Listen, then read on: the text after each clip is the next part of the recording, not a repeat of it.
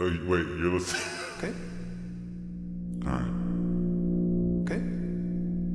Alright. You're listening Listening to RadioLab radio from WNYC. See? Yeah.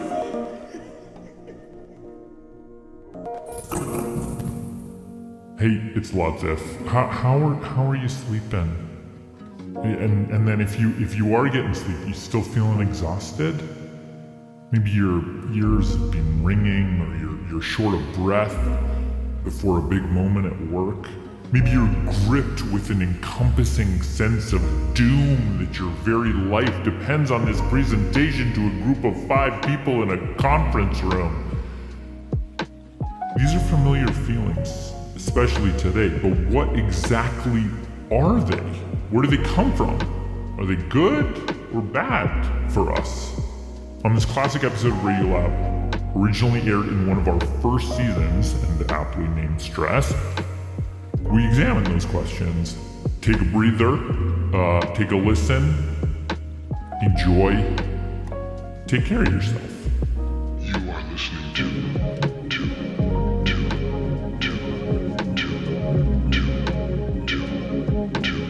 RadioLab. This is RadioLab. I'm Chad Abumrad. We're going to start today's program with a brief diversion to Midtown Manhattan. At the office of a neuropsychologist, Good morning, how are you? Cameron Fallenbour, a well-dressed man with a calm voice, calming presence, and uncanny ability to calm others, which is why we're here. Are you going to be the volunteer? Yeah, should I? Yeah. He walks me over to a small machine and asks for my left hand. Left hand. Okay, what we're doing right now, we're just putting a couple of sensors that measure basically the flow of electrons between the 2 fingers here. That would be my index and middle fingers. And there are electrons going between my fingers? Oh, absolutely. Well, there are salts and minerals that are going to enable a very tiny electrical charge to travel from one finger to the other one. And he explains the more anxious I am, the more sparks fly between my fingers. In other words, this is a stress test. Okay, so I'm going to start. Am I going to feel something? No, you're not going to feel anything. But I will hear something. That whine in the background. So if this goes up, it means that you are more stressed. So let me just make a couple of sounds here. You see You're that? stressing me out, man. Okay, did you see that? Yeah. Okay, only with a couple of snaps near your ear. I got all the way to the top. Yes. That's not good. Well, that means that you need to relax and you need to bring it down. Techniques to bring stress down. That is what Cameron Fallenbour has promised us. His theory is if you can hear your stress, you can control it. Okay, so what I'd like you to do is just to sit back. And when you're ready, just go ahead and close your eyes. And for now, I'm going to actually get rid of the tone here for you. You can monitor from here. And I want you to just get as comfortable as you can get right now.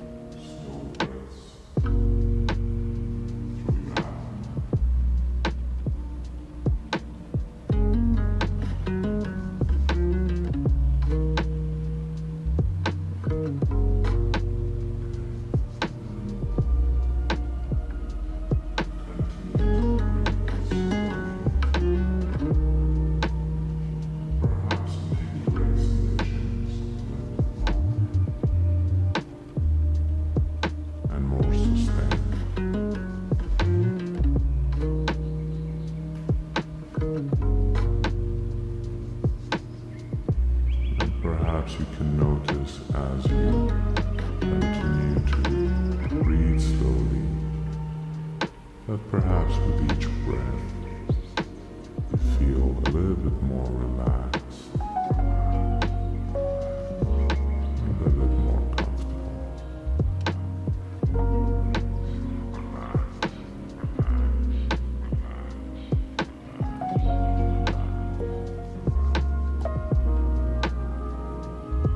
And for now, there is nothing we need to worry about until the phone rings.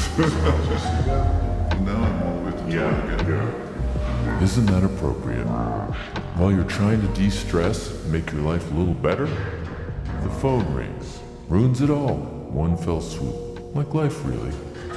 At any moment, a dirty bomb could go off, you know this, you could get downsized, dumped, dented by a mad stroller pusher as you cross the street already swimming with naked hostility and fist-sized avian flu bugs. The point is, the phone could ring at any time.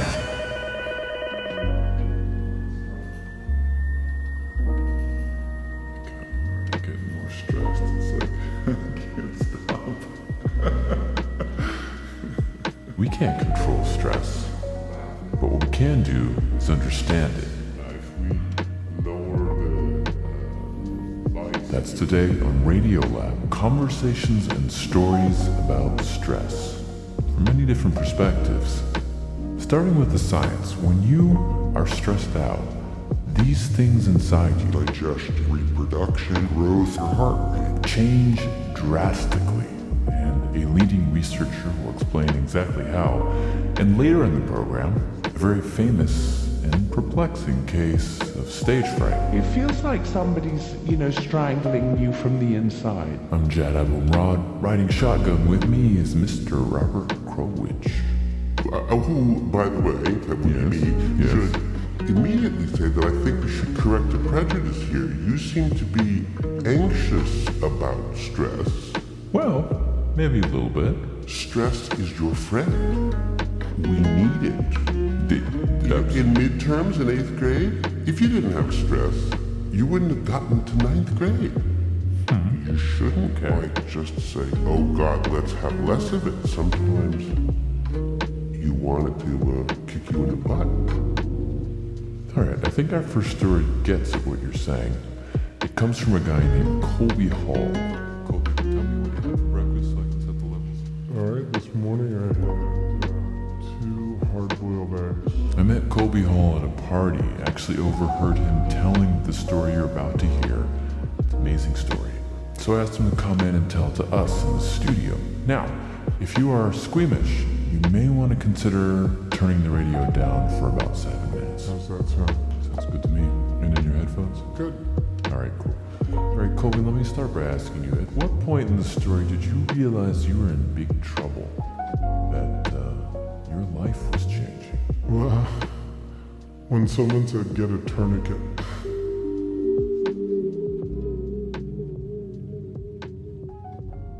Fourth of July weekend up in Vermont.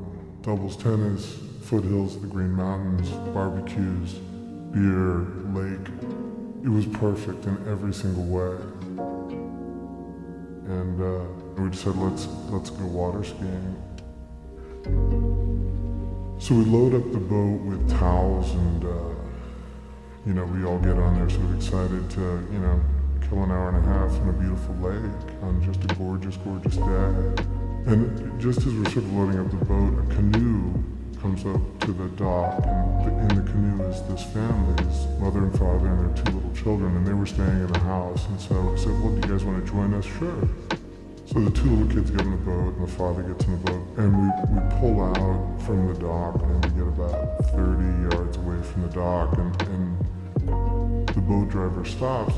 I have my little water ski safety devices belt on, and it's kind of old school type, and I jump off the side of the boat, and the force of me getting in the water, the water ski belt falls off of me. No big deal, I'm just gonna swim over, and I look up, and the boat is closer to me than I had thought, and was actually moving towards me. I guess what the driver had done is he may have thought he put it in neutral, but in fact he put it in very slight reverse. And he didn't know that I was behind it. He was dealing with the rope. And so I'm in the water buckling the water belt, and I look up and I notice, and it's about 10 feet away from me. So I yell, "Hey, stop the boat!"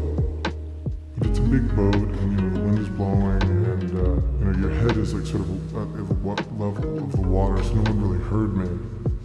I couldn't move out of the way, and it literally just came right up to me. So I put my hands out to protect myself, and immediately, like, I feel like these punches on my legs, which was the boat propeller. People said living in the moment, like it's amazing to me how many complex thoughts you have in a split second. Wait, is this happening? Oh my God, it's happening. Wow, this is cutting my legs. I'm trapped. I need to get out of this situation. I'm going to push up. I'm going to go under the boat and let it go over me. Like, that all happened in a split second. And at the same time, you're thinking, like, maybe this will just be that injury. Or maybe I'll lose the use of one leg. There's all these sort of weird deals that you make in your head, like, I don't want to die, so I'll just, be in a wheelchair, or maybe I'll just be really, really injured, or maybe I'll never be able to play basketball again, maybe I'll just always walk with a limp. The other side, this all happened 1 month to the day of my wedding.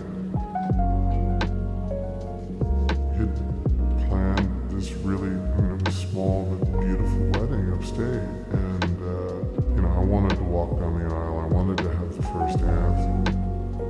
And it sounds odd to explain that you're having all those thoughts in that time, but you are. So I come up on the other side of the boat, and I sort of gasp for air, and I say, "I'm hurt." It doesn't really hurt like you would think. That was the weird thing, like, it didn't hurt. It just, I feel it. Treading water and my legs are kind of numb. I look up and my fiancée is on the boat, and she gets up and she sees me, and she can see the ring of blood surrounding me. And the water up there is so clear that she could see through the water. She could see deep red tissue on my legs and big flaps of skin sort of hanging off my legs, floating with the motion of the water. And it was at that point that she, the look on her face. And it's funny, like, sometimes you don't recognize, like, how bad something is until you see it in the eyes of someone next to you. And so when she freaked out and had the look of absolute terror in her eyes, I kind of just took over the situation, because I was 10 seconds ahead of everyone else. So I yelled to the wife of the boat operator, whose name is Marie, and I said in a very stern, serious, calm voice, like, "Marine, turn off the boat." She turned the boat off, and I realized that there were 2 little kids on the boat, and then the first thought that came to my mind was, this is something that those kids shouldn't see. Before I came up, I said, "Maureen, these kids should not see this. You should hide their eyes. You should distract them." So she took the kids to the front of the boat, and I'm not a real strong person. I don't know how I got like sudden upper body strength, but I was able to just pull my full body weight. I'm like, I weigh like 210, 15 pounds, and I just pulled myself up in the back of the boat, and there were my legs. Layers of fat, I see muscle tissue. It's hard to sort of describe. Like, my legs were wide open. There were big hunks of flesh sort of hanging off my leg, and the muscles just sort of there exposed to the air. The cuts went down to my bone. It's like you're at a fish market and you see someone cut into a fish, you just see the insides like very, very clearly. And that's when John says, like, get a tourniquet, because the injuries on my legs really looked like it warranted a tourniquet. And If I were to ask you to make a tourniquet right now, what would you do? I have no idea. Who knows how to make a tourniquet, right? There were no Boy Scouts on the boat. So someone had taken their shirt off and wrapped it around my leg, and I said, no, look, get those towels. And so they wrapped the towels around my leg, and What's happening between you and your fiancée at that point? my fiancée thought that I was about to die, and she was, doing all that she could to kind of keep it together. And I remember looking to her and rubbing her arm and saying, this is going to be okay. Now is the time for us to be really brave. This will be okay. If for nothing else, I just wanted to pretend that that was the case, because I didn't really know.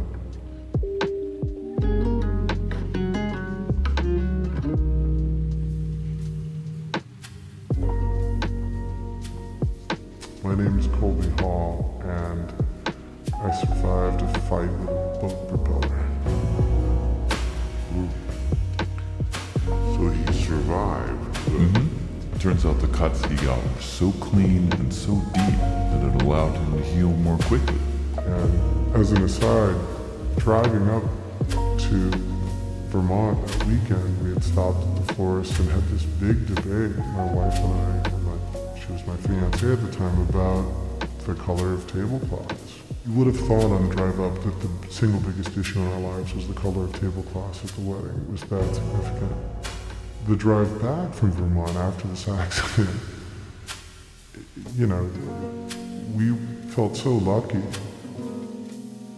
Colby Hall is a video producer for MTV, and this is RadioLab. Today's topic is stress. My, oh my, what a story. It happens that inside that story you've got a classic example of what always happens in a traumatic situation. I learned this from one of the leading experts on stress, Robert Sapolsky. Do you want me to incorporate your question into my answer? It's a regular conversation, so you can do whatever you want. Who teaches at Stanford University, who pointed out to me that in these situations, your body is taken over really by stress hormones.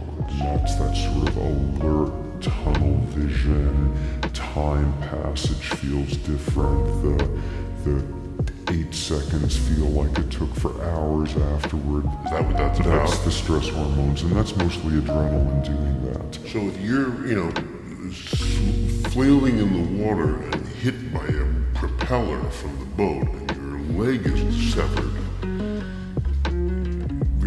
my imagination, there's two people in the dock like, oh my god, oh my god! You say, all right, let's call the police, you somehow are the calm one. Is that part of this thing? Often that's the case, and that's another piece of the stress response when you shut down pain perception. It doesn't really hurt like you would think. That was the weird thing, it didn't hurt. Pain is a very subjective state, and if it's the right setting, you blunt it, and it's not just guys in battle who've been grievously injured and they think the blood has been spattered on them from the guy and the stump is just kind of tingling and then they suddenly discover it, but that's exactly what you do with pain perception when you twist your ankle in the company softball game and you hardly even notice it. So in the face of a major physical stressor, not only is there this tunnel clarity and sensory whatever, there's also blocking of pain, this in-the-momentness. And, we all experience at some point or other, where were you when you heard that Gwyneth Paltrow had named her child Apple, that sort of thing. Those moments that just define our lives, and there's a physiology of it. I know exactly where I was. Where were you? Does he have any idea where that physiology came from? I think he does, yeah. He thinks all mammals have these things in us that we've got from evolution. So imagine, say, you're an impala. What's an impala? antelope kind of, yeah. Huh. So you're bounding across the savannah, but you're being chased by a tiger. Now you don't want this tiger to get anywhere near you, so your insides have to work hard to keep your outsides alive. You're running for your life, the predator's coming after you. Certain stuff happens. First thing, you need energy. Not energy tucked away in your fat cells for some building project next spring. Energy right now to go to whichever muscles are going to save your life. Your adrenaline, other hormones go to your fat cells, pour out all the stored energy, feed it to your thigh muscles.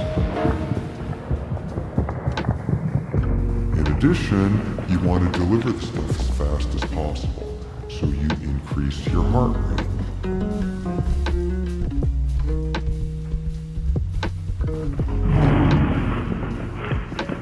Another thing you do is you shut down everything that's not essential. Right now, this is no time to worry about ovulating. This is no time to worry about growing antlers. This is no time to digest breakfast. You shut down digestion. You shut down growth. You shut down reproduction. We all know, for example, at the digestive end, the first step of that, you get nervous, your mouth gets dry. Everyone has this experience. You go to, you have to make a presentation in front of a large number of people. You're standing there and you're going, does it work? Ladies and gentlemen, you know this, you can't, if you say the word dog, your tongue will get stuck at the top of your mouth because you got nothing going on wet in your mouth.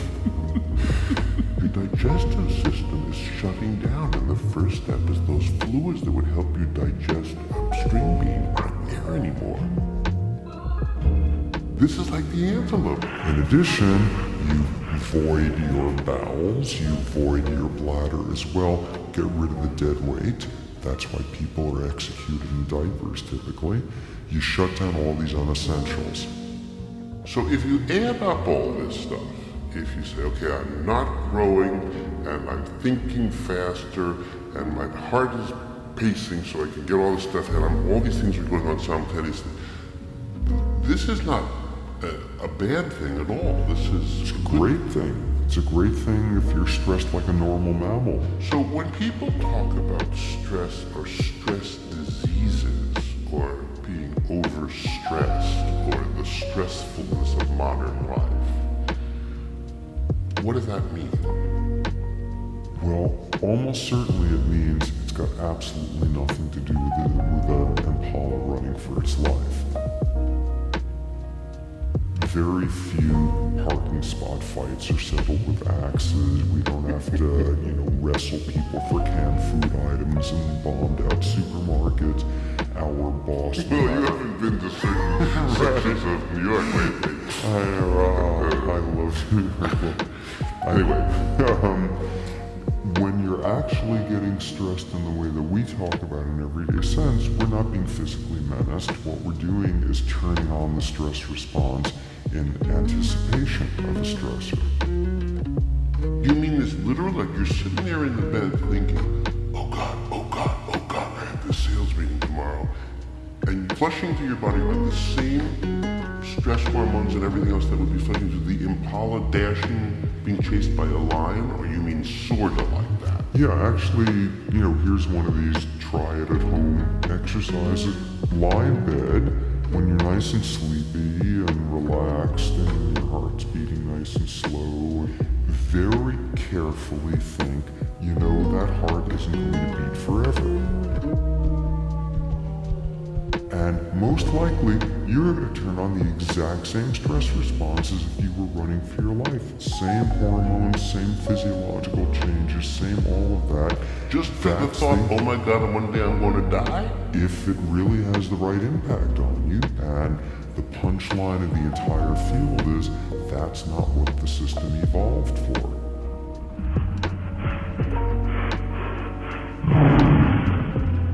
So if you're a human being, and you're a nervous one, and you get scared in the nights, in your body, what's going on that will eventually make you sick?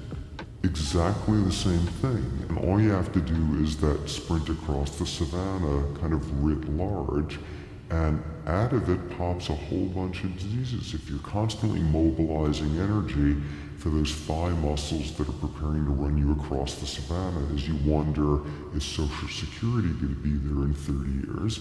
If you're constantly doing that... You've got a really nervous person in your head. Yes, well, I study this subject. It's not by chance. Okay. What, you I think this believe was you. a coin toss?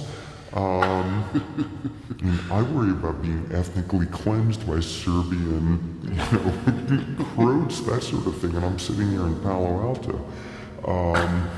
If you constantly mobilize energy, you don't store it, and for really complex reasons, you're more at risk for this disease, adult onset diabetes. This is one of those great diseases that our great-great-grandparents never heard of. A much more accessible version is, increase your blood pressure out the wazoo to run for your life. This is not a big deal for 3 minutes. Increase it chronically every time you come to work, and stress-induced hypertension, you're going to damage the walls of your blood vessels. Now, not everybody in the world reacts to everything as though they were an antelope being chased across the savannah. I mean, some people can handle all kinds of stress and get through the day, and other people succumb. And that's where we ought to go next. Coming up, a particular piece of furniture and its remarkable impact on public health. Yes. And a heartwarming tale of a baboon who changed his ways and in the process discovered the secret to longer life and lower stress. This is RadioLab on the Jad Abumrad. Robert Krowich and I will continue in a moment. RadioLab is supported by Capital One. With no fees or minimums, banking with Capital One is the easiest decision in the history of decisions, even easier than deciding to listen to another episode of your favorite podcast. And with no overdraft fees, is it even a decision? That's banking reimagined. What's in your wallet? Terms apply. See CapitalOne.com/bank. Capital One NA, member FDIC. RadioLab is supported by Sattva. Your old bed can be costing you more than you think. With bad sleep comes a bad mood, and a bad mood can lead to lower work productivity and less energy.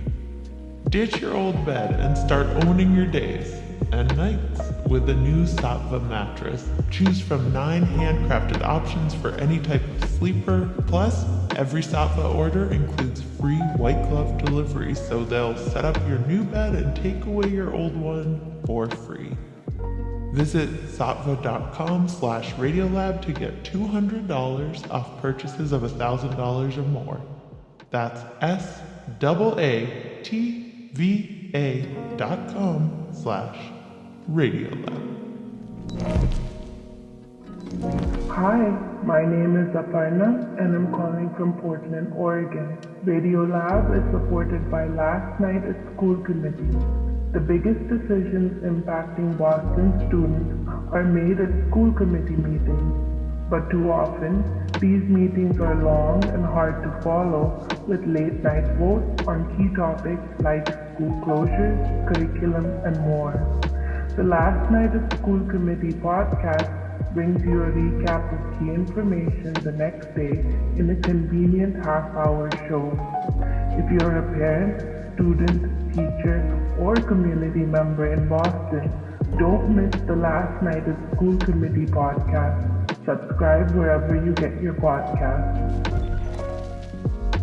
Since Viagra became available almost 25 years ago, it's had an impact on millions of sex lives. It's for the marriage, the relationship, partnership. It's validating. I could leave it, I suppose. It's so roll of the dice. I'm Anna Sale, host of Death, Sex, and Money, and our new series is Hard, where we tell the story of Viagra and how it changed sex forever. One of the side effects of these medications is your nose gets really stuffy. That's the code? It's very obvious. Listen wherever you get podcasts.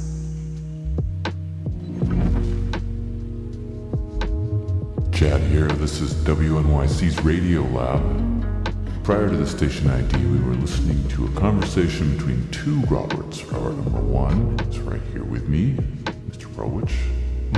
And Robert two is, we'll hear from him more in a moment, Robert Sapolsky, Stanford University professor. The topic of that conversation and of our show is stress. Stress then and stress now. As we heard, stress then would count as something like being chased across the savannah by a saber-toothed tiger. Stress now, standing in the wrong line at the supermarket. Very different kinds of stress, separated by thousands of years of human experience, but to the body, they are the same. And too many false tiger alerts will make you sick. Now that right there, the connection between stress and sickness, how that connection was made, is an interesting story, which involves lots of people. But let's start with one. Dr. Paul J. Rosh, I'm president of the American Institute of Stress, and I've been involved in stress research for well over 50 years. And it was around 50 years ago that Dr. Rosh and a few colleagues made an interesting discovery. They took a bunch of rodents and did some, well, not so nice things to them. Like sewing back the eyelids of mice and shining lights in their eyes and deafening noises. We put them on treadmills, we left them out on the roof of the medical school in the cold, wintry Canadian blizzards. We throw the animals into water so they would have to constantly swim. You would do that for hours or days until they were too weak, and then measure their hormonal secretion. Anything that would be a severely noxious threat or challenge. If there's any justice in the world, this guy's going to rat hell. There's going to be some rodent named Alice stitching his eyeballs back. But let's go on. But in the name of science, what Rush and company noticed is that every different type of cruel torture technique they did to these poor rodents resulted in the same outcome. They got sick, and sick in the same way, sort of flu-like symptoms. Furthermore, We quickly learned that it wasn't necessary to do these horrible things to get almost the same effect.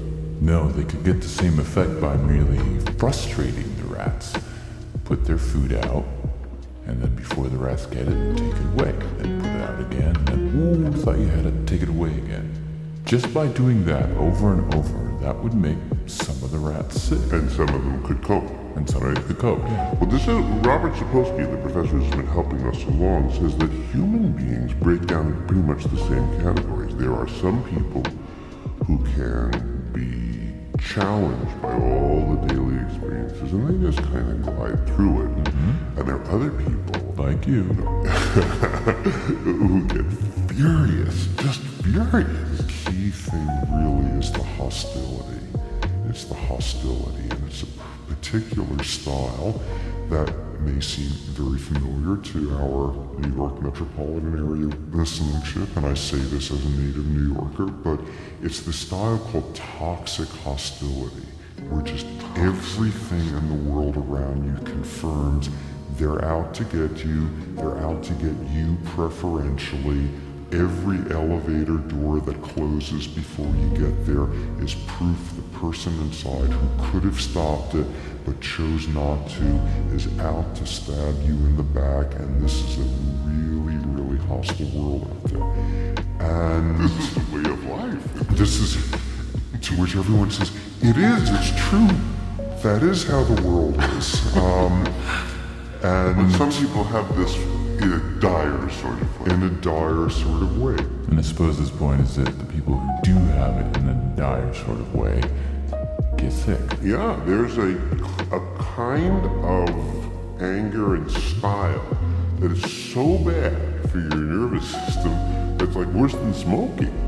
I mean, literally, this is what is famously called type A behavior. Type A was first described by these two cardiologists, Friedman and Rosenman. That's Meyer Friedman and Ray Rosenman, and they came up with this idea in the 1950s. Their original version was you're hostile, time-pressured, impatient, low self-esteem, joyless striving. All you live for is to check things off your to-do list.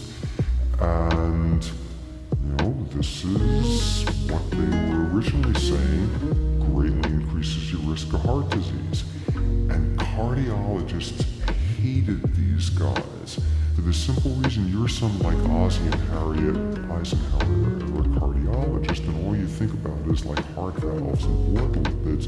And here's these guys saying, no, you gotta sit down with your patients and talk to them and find out if they picked the wrong line in the supermarket. Do they go berserk at that point? And it took decades for it to become clear that this really is for real. Here are two cardiologists proposing that you are more likely to get a heart attack, not based on the size of your veins or whatever's passing through your body, but on the kind of guy or kind of gal you are. Exactly. How did they come to this peculiar insight? Okay, this is where this great story comes from, and I wouldn't have believed it except it was told to me by Friedman himself, and appropriately, sheepishly. So this was back in the 50s, and they've got this cardiology practice, and everything's going great, except apparently they had this one problem, which they were having to spend a fortune reupholstering the armchairs in their office. In the office? In their waiting room. What's this about? They had no idea. They paid no attention to it. It's part of the overhead. They have this upholsterer who comes every month. He's got to fix a couple of chairs. Every month? Every month, yeah. So 1 month, the upholsterer's out on vacation. Replacement upholsterer comes in, takes one look at the chairs, and discovers type A personality. Presenting great moments in American upholstery. He says, what the hell is wrong with your patients? Nobody wears out chairs this way. And the guy's absolutely right. They still have one chair, which I hope they're going to give to the Smithsonian. And what it is the front 2 inches of the seat cushion and the front 2 inches of the armrests are totally shredded, and the rest of the chair is fine. What do you mean shredded? It's like ripped. That's where the tears are. It's not evenly People distributed. People were digging their nails into it or something? Well, basically what you've got there is the type A profile. The person literally sitting on the edge of their seat and squirming and fussing with the armchairs and clawing it. None of this wear on the chair distributed over the entire butt range of weight displacement of it. People are sitting there on the edge of their seats. So the upholsterer says to the cardiologist, there's something wrong with the people in your waiting room? Exactly. And what's supposed to happen at this point, this is supposed to be this epiphanal moment in one of these, it winds up in the textbooks of like midnight conferences between upholsterers and cardiologists, or like they do these huge surveys and young idealistic upholsterers sweep across America and discover, you don't see chairs like these in a podiatrist's office, only in the cardio. That's what's supposed to happen. Here's where Friedman says, get this guy out of my face. I need to see patients. I'm this important guy. Give him this damn check. He was too type A to listen to the guy.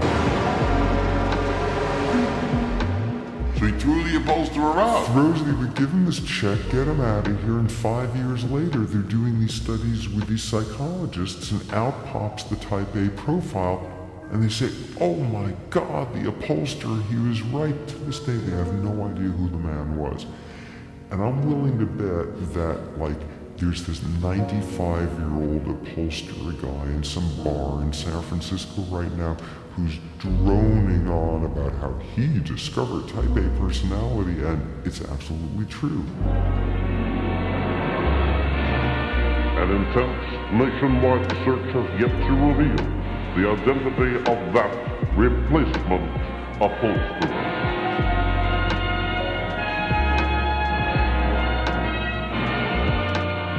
This story has been brought to you by the American Upholstery Association, dedicated to fine cloth, fine furniture, and a healthier America.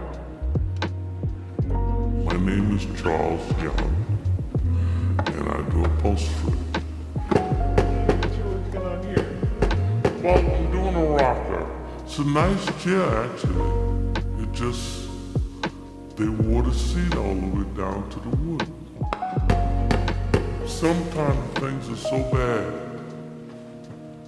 that they said, oh, please cover it before you take it, because I don't want people in the building to know how bad my furniture is. But I'm saying, how could you live like this in your own house? It's a mess.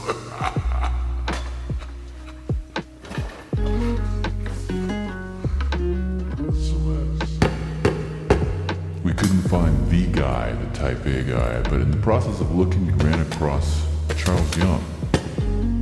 And in this messy, stressful world, his Lower East Side studio is a window onto calmer times.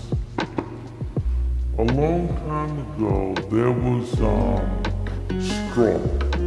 inside of the old stuff.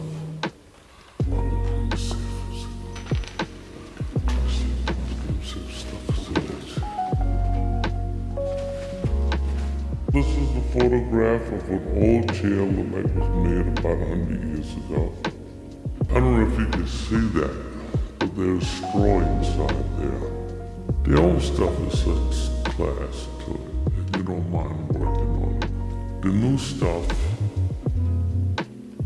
is not that good. The new stuff is all badly put together, stapled together, so we can't fix it.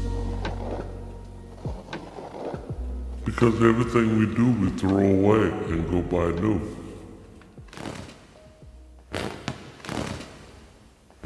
It's not the glamorous job in the world, but it's a job.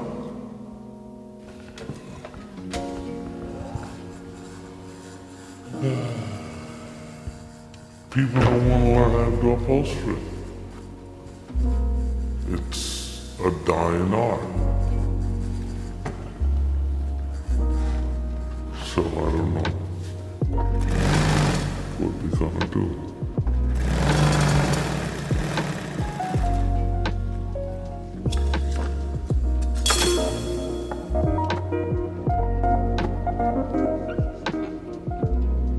You want to know about upholstery? Visit Charles Young, owner of CY Upholstery Company on the Lower East Side. He's been doing it for decades. My best customers are dogs and cats. They chew up people's furniture. This is absolutely wonderful. Charlie spoke with producer Ellen Horn. You got a dog? Chad here with Robert Krowich. Today on RadioLab, we are looking at stress, the effects of stress on chairs and on us. To get back to our bodies for just a second, remember before we said that when you get scared and you're going to make a presentation, your mouth goes dry because your digestive system is beginning to shut down. It's also true that if you're very, very nervous, though you wouldn't know this, you stop growing.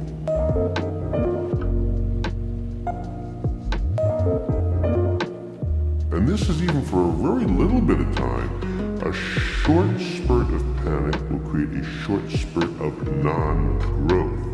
That's on one end. But says Professor Robert Sapolsky, suppose we expose someone to a lot of continuing stress. And at an extreme, you get one of the truly bizarre outposts in medicine, this disease of kids who stop growing for reasons of psychological stress. Meaning they're so nervous about whatever it is that their system spends all the time pumping and palpitating and doing all this and no growing. Saying, grow tomorrow, grow tomorrow, grow tomorrow. This is no time for it. And it's well documented. This is not, fourth grade teacher who is mean and yells at the kids. This is like nightmare police and the social workers breaking down the door of the apartment, sort of nightmare stuff. And amazingly, you get the kids out of those settings, and often they will start growing again. Okay, so you read up a lot about this, and there's this weird pattern I have noted in a lot of these unreadable chapters, which is they would make reference to Peter Pan. They would start with a quote from Peter Pan or some snide comment about Tinkerbell, and I'd seen this for years and I had no idea what this was about till one day I finally found the explanation. 8-year-old kid growing up in Victorian England. One day he sees his beloved 12-year-old brother killed in front of him. Horrible accident. This destroys the family. This was the mother's favorite child who dies. Takes to her bed in this Victorian suite for the next 10 years, totally ignoring this child, growing up in this emotional isolation, these horrible scenes. The boy comes in with a tray of food for his mother, and she's going on, "Oh, David, David, is that you, David? If you come to me, David, the dead son." So the second says left standing at the door, saying, "Gee, it's only me." It's me, sorry I'm not David, sorry I'm not David. Sorry it wasn't me instead of him. Only thing she apparently ever spoke to him about was this crazy idea she grabbed onto, which was if David had to die, at least he was still a boy. He's not one of these boys who grows up and doesn't need his mother anymore. He'll always be my perfect little boy because he didn't grow up, he didn't grow up, he didn't grow up. This kid hears this with a vengeance and stops growing at that point. He lives to be 60 years old, under 5 foot tall, unconsummated marriage, complete maturation arrest. Did he have puberty? He did. He grew facial hair, but most indications are not a whole lot of other secondary sexual characteristics. And as an adult, this was the author of the much-beloved children's classic Peter Pan. This was J.M. Barrie, the guy who wrote Peter Pan, who was a very, very troubled man who, among other things, just endlessly turned out plays and novels and whatever's about boys who die and come back as ghosts and marry their mothers and all sorts of edible stuff like that. Sadomasochistic fantasy stuff with little boys all through his writings, his private writings. This was a very, very troubled man who did not deal very well with the consequences of this for the rest of his life.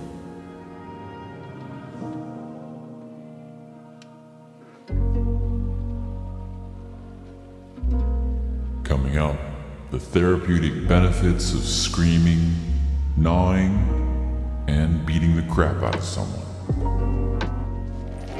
RadioLab is supported by Capital One. With no fees or minimums, banking with Capital One is the easiest decision in the history of decisions, even easier than deciding to listen to another episode of your favorite podcast. And with no overdraft fees, is it even a decision? That's banking reimagined.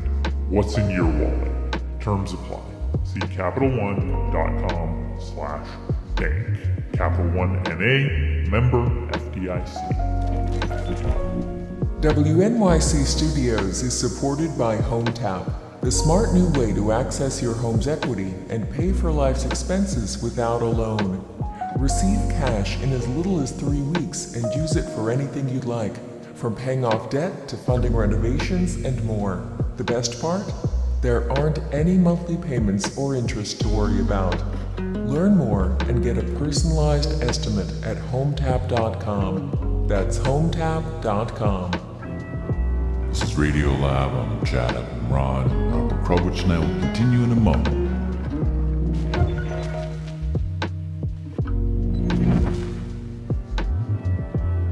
I'm Chad Abumrad here with Robert Krowich. This is RadioLab. Today's topic is stress.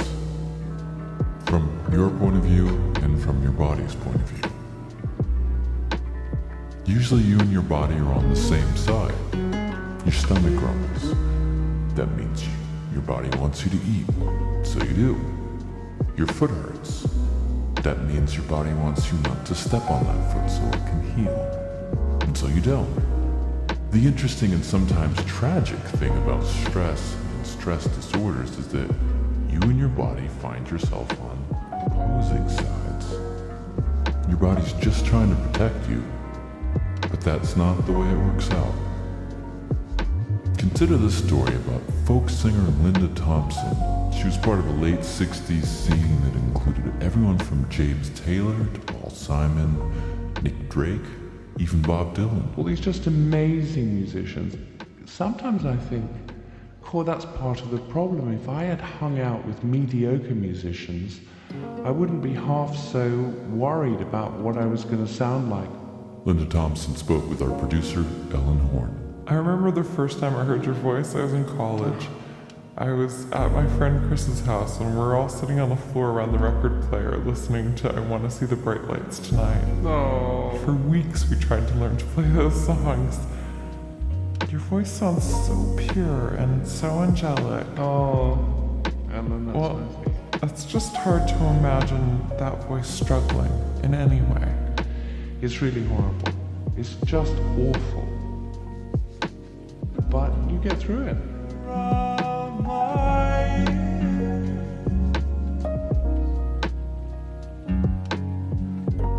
The trouble started in the studio. It feels like somebody's, strangling you from the inside. That's what it feels like. Linda would step to the mic, open her mouth to sing. And instead of it coming out, you kind of go, some kind of squeak or constriction happens first. She was recording her 6th album with husband Richard Thompson.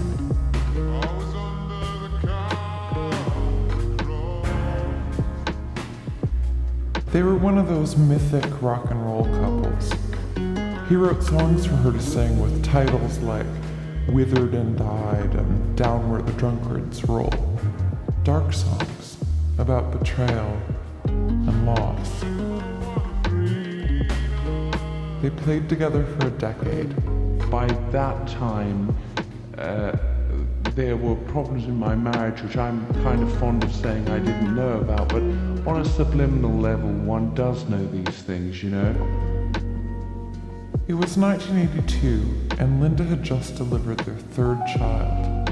Her throat hurt all the time. It was pretty bad, and then, I'd just come out of hospital, I just had a baby, so, he'd stuck around till the baby was born, but as soon as she was born,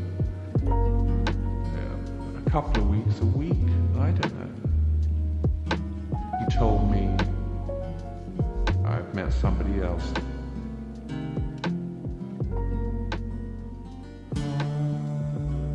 I don't know if I've ever told anybody this, but the first thing I said was, can she sing?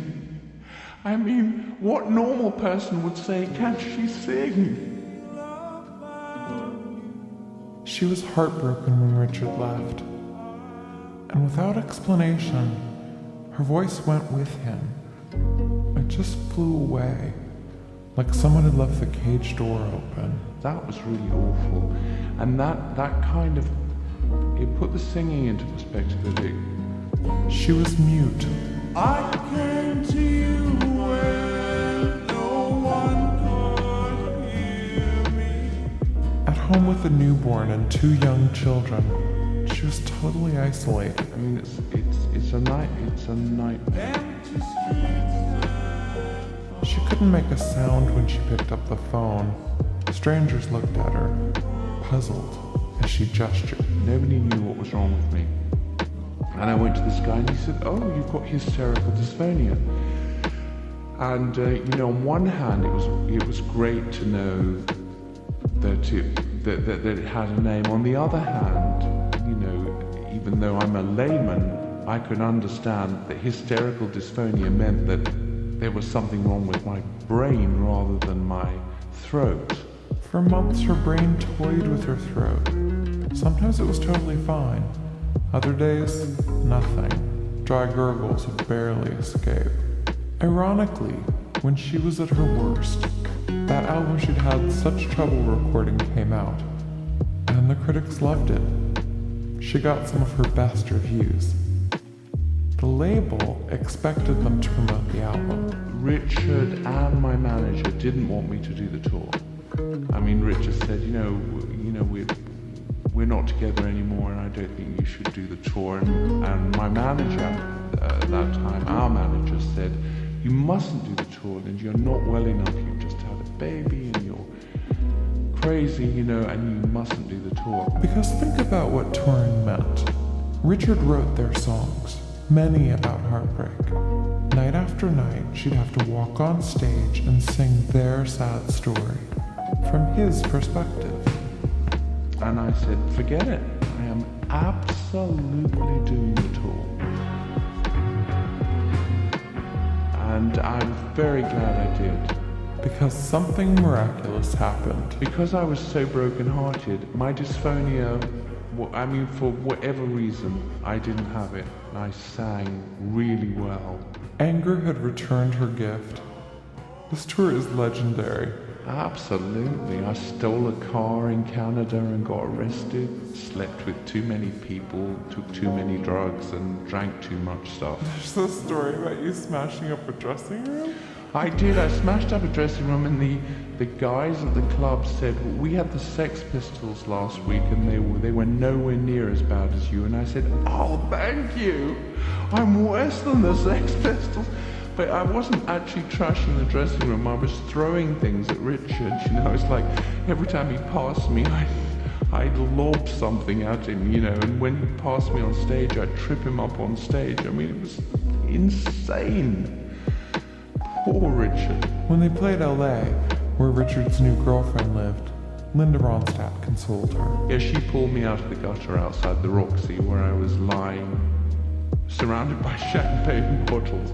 She pulled me out of the gutter and took me back to her house, and where I was ill for days and days and days. But at least her voice was back. And singing, she says, felt good. It didn't stay for long, I must say. It didn't stay for long. When the tour ended, the voice took off. It left as mysteriously as it had returned. I couldn't speak when there was any peripheral noise. Like if I was in a restaurant, I would just say to the waiter, I've lost my voice. I never went into the, with anybody. I've got this thing, this dysphonia and blah, blah, blah. I mean, please. She's never entirely recovered. The battle between brain and voice has continued for 2 decades.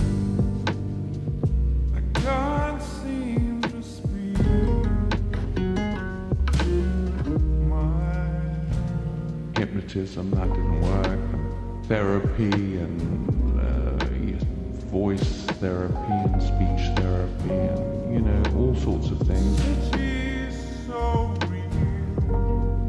If somebody had said to me, if you have a heroin injection every day, you'll be fine, I would have done it. Absolutely would have done it. Because it's just so boring not to be able to sing. It's boring. It really is boring having this kind of tight throat.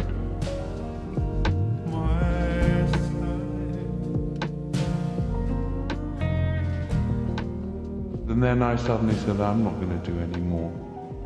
I'm just not going to sing. And that's what I did. I didn't sing for a long, long time. All that I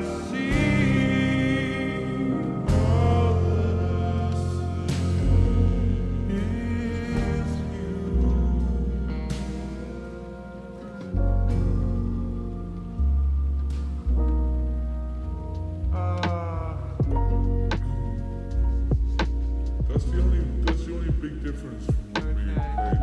And after the instrumental, coming straight in. Exactly, that's the only. She seems to be getting that, no worries.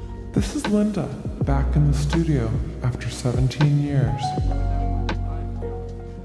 Sometimes I couldn't sing, so I would come back the next day and sing. The first 2 verses and then a wee pause.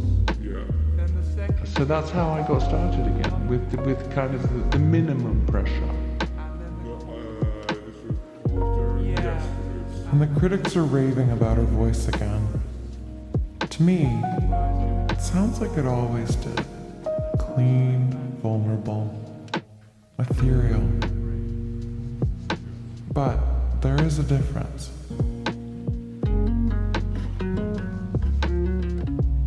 I think I'm learning to let go a little.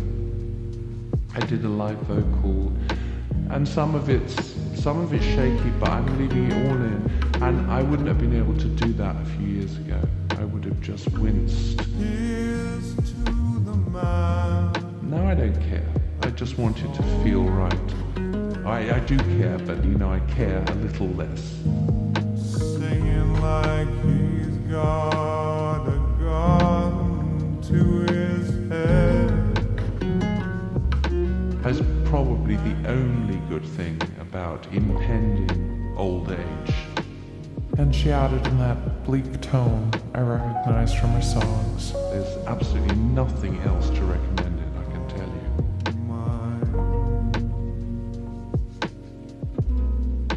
Ellen Horn is a producer for this program.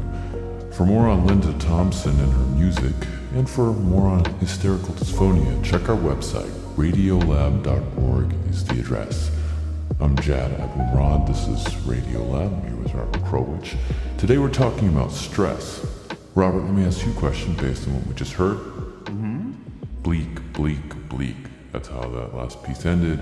And that basically describes the world we live in. How do you cope? I don't cope at all.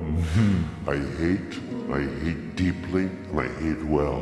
Rage floridly. I do, and as you know, I'm working with me. There are moments when I want to kill you. That's all. It works for me. Yes. But it also works for rats. I know this from Robert Sapolsky because he wrote an essay about this, and I asked him about it. You have a very interesting description of work with rats, in which rats are put into very tense situations, but there are 4 or 5 ways in which they alleviate their pain.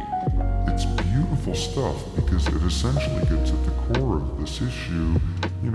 Most of us cope. Basic scenario in those studies, you got 2 cages side by side, a rat in each cage, each of which can get a shock, and whenever one of them gets a shock, the other does. Same intensity, same duration, same everything. Sole difference is the rat in cage 1 just gets the shock, the rat in cage 2 gets the psychological manipulation. Meaning if you wanted to be one of these rats, well, then you'd want to be the second rat, number 2, because number 1 just gets zapped. Number 2 gets little fixes. There are 4 fixes he's going to describe. Let's start with number 1. First version that will help the second rat. Every time it gets one of those shocks, it can run over to the other side of the cage where there's another rat it could sit down next to and bite the crap out of. And you know what? That rat's going to do just fine. He's not going to get an ulcer because he's giving somebody else an ulcer. He has an outlet for his frustration. The Mike Tyson approach. Yes. If I get hit, you get hit. Exactly. And it's documented by science. It makes you feel better, which is why sort of the first soundbite they've got to do with you in stress management is don't reduce your risk of an ulcer by giving it to somebody else. Make sure your outlets are not abusive ones because they feel great. They're very effective. Now to scenario number 2. Next version. This time the rat's getting the shocks and now can go over to the other side of the cage and gnaw on a bar of wood or this counts as a relaxing hobby for a lab rat. It once again, gets out the tensions, gets out the frustration. It's an outlet. I like that actually better than beating up on the other rats. It's a Much nicer world if we all gnawed on wood instead of invading countries and things like that. Number 3. The Department of Homeland Security yesterday raised the national terror alert to orange. Orange or high alert. We're taking strong precautions.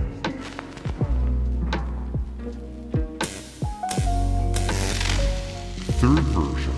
In this version, the second rat knows when the next shock is coming. A little warning light comes on 10 seconds before it gets predictive information. And for the same physical reality, you're less likely to get a stress-related disease if you get predictability. When is it coming? How bad is it going to be? How long is it going to last? That makes a difference. If you see, get ready, get set. Exactly. Get ready, get set helps you. Because you scrunch up and you tighten your butt and you close your eyes and you think about that Hawaii vacation or whatever it is, and this is what we're doing when we're sitting in the dentist chair and say, are we almost done? Give me some predictability here. And finally, scenario number 4. The last factor is this one of, if the rat thinks it has control, it's not going to get the stress-related disease. Let it press a lever. It's been trained to press this lever to decrease the chances of a shock.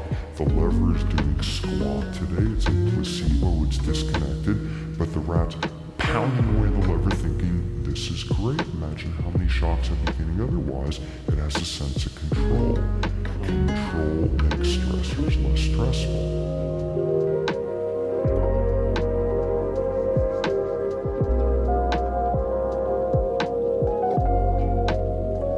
So moving along, beating up on another rat, or a person in our case, gnawing on a piece of wood, having a sense of control, even if it's false. These seem to be helpful stress-relieving techniques. What about, yoga? What about therapy? Do they try and talk to the rats? You would of course figure that a professor at Stanford would come up with something therapeutic. He did, actually. No, good. This wasn't with rats. It was with his real field expertise, which is baboons. What Robert Sapolsky does is he goes to East Africa and he spends time with baboon troops, particular families of baboons, and he just hangs with them for really long periods of time, years even, and then writes stories and he observes things. And one of the things he observed was a therapeutic kind of stress resolution, in this case involving friendship. Okay. Here's how it went. Every baboon troop has an alpha baboon. That baboon beats up all the other baboons and is the guy who gets all the girls because he's the strongest one. But in the life of every alpha baboon, there's going to come a moment where some lesser ranked baboon is going to beat you up and you lose your crown. In baboon life, when you stop being the number one, do you follow the bottom? What happens is the other baboons remember how cruel you were as an alpha and they take it out on you. The other ones that are up above you. Above you. Yeah, so number 2 beats you up. Then number 3 starts to beat you up. Then number 4 takes you on. He tries to beat you up. Then number 5, and you're dropping down the chain. That doesn't seem fair, by the way. That they go all the way to the bottom. Well, I don't know whether they might be like 34 or they're 19, so they're not at the very, very bottom. Who decides? Whoever gets beat up, so... I know, but I mean, you beat up the alpha guy. Does he then have to fight everybody else to reestablish his position? I guess just like a bird pecking order. Everybody fights for it. It's like one of those barroom things where everybody looks at each other, they all slug it out, and then they arrange themselves in standing order afterwards. Oh, I see. I sit next to Tom because I beat up Tom, but he beat up Fred. At least I can still beat up Tom. Yeah. Okay. It's not a happy thing to be an aging former champ baboon. Not at all. Well, so if you are one of these ex-heavyweights, what do you do? Well, that's the question. What you often do, what you do about half the time, is you pick up and you move to a different troop. You transfer to a different troop. Even though you don't know anybody, you just start all over. Which is great. You're going to be incredibly low-ranking there because you're this broken-down old male, but at least you're going to be anonymous. And when you often see are these old, broken, battle-scarred males who show up from out of nowhere and join a troop, and he's some sweet old poop, and you feel horrible watching the juveniles hassle him. And almost certainly, he was one son of a bitch in the western Serengeti about 5 years before, and the guy's basically seeking political asylum. Are there old guys who used to be alphas who stick around? That's the thing. Only about half the old guys leave. So one of the studies I did was trying to figure out who leaves and who stays. Is it the ones who were more brutal back when? Is it the ones who are getting more grief now? None of that. The ones who stay are the ones who actually manage to get friendships. This is for real. These are smart enough animals that they have social affiliative relationships that are stable over time with females, if you're an adult male. What do baboon guys and girls do when they're just friends? Like, they don't go to the movies or anything. They hang out. They sit next to each other. They sit in physical contact. They groom each other. Can you groom a lady and not get her boyfriend, the alpha of the moment, angry? Well, the alpha's only interested in her if she's at the peak of her ovulatory cycle. This is the rest. When she's not hot, then you can go sit around and chat about things. And what you find is very often females at the peak of their cycle are in the middle of all this tumult with numbers 1 through 3 and sort of all this male androgen Musk Schwarzenegger crap. And once it's all over with, she goes back and spends the rest of her month hanging out with this somewhat aged guy who's her buddy.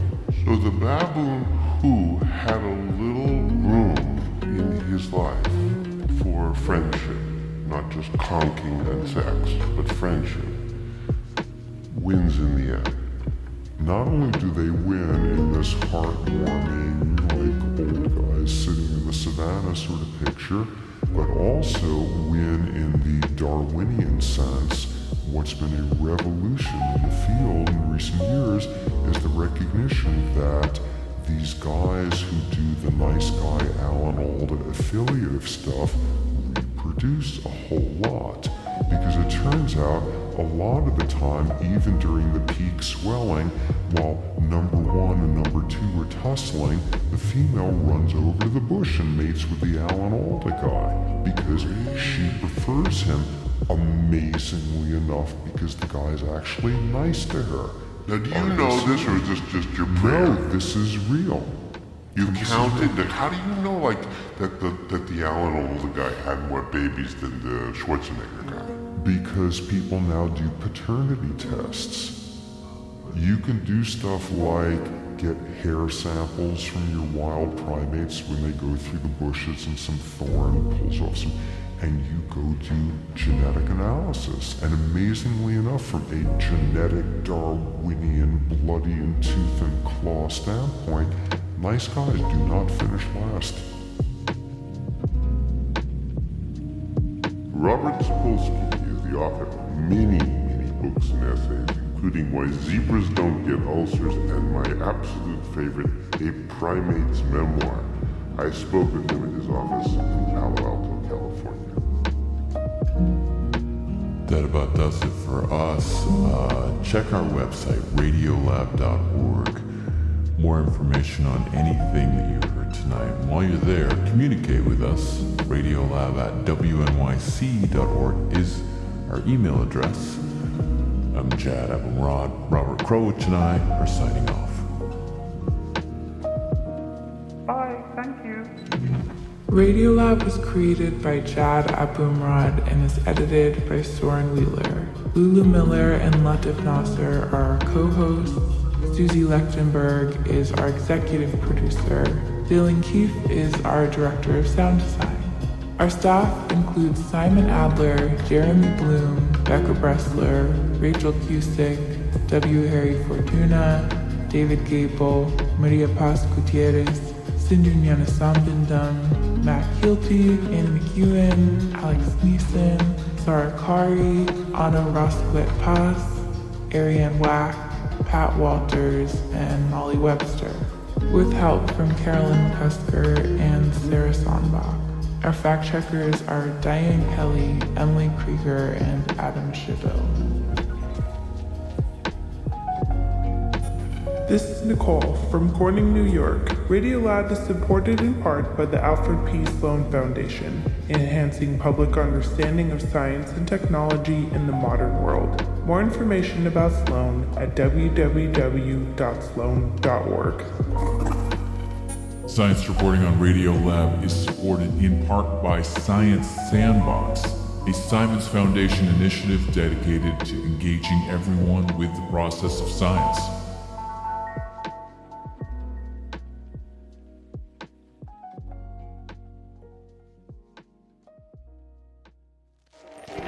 RadioLab is supported by Capital One. With no fees or minimums, banking with Capital One is the easiest decision in the history of decisions, even easier than deciding to listen to another episode of your favorite podcast.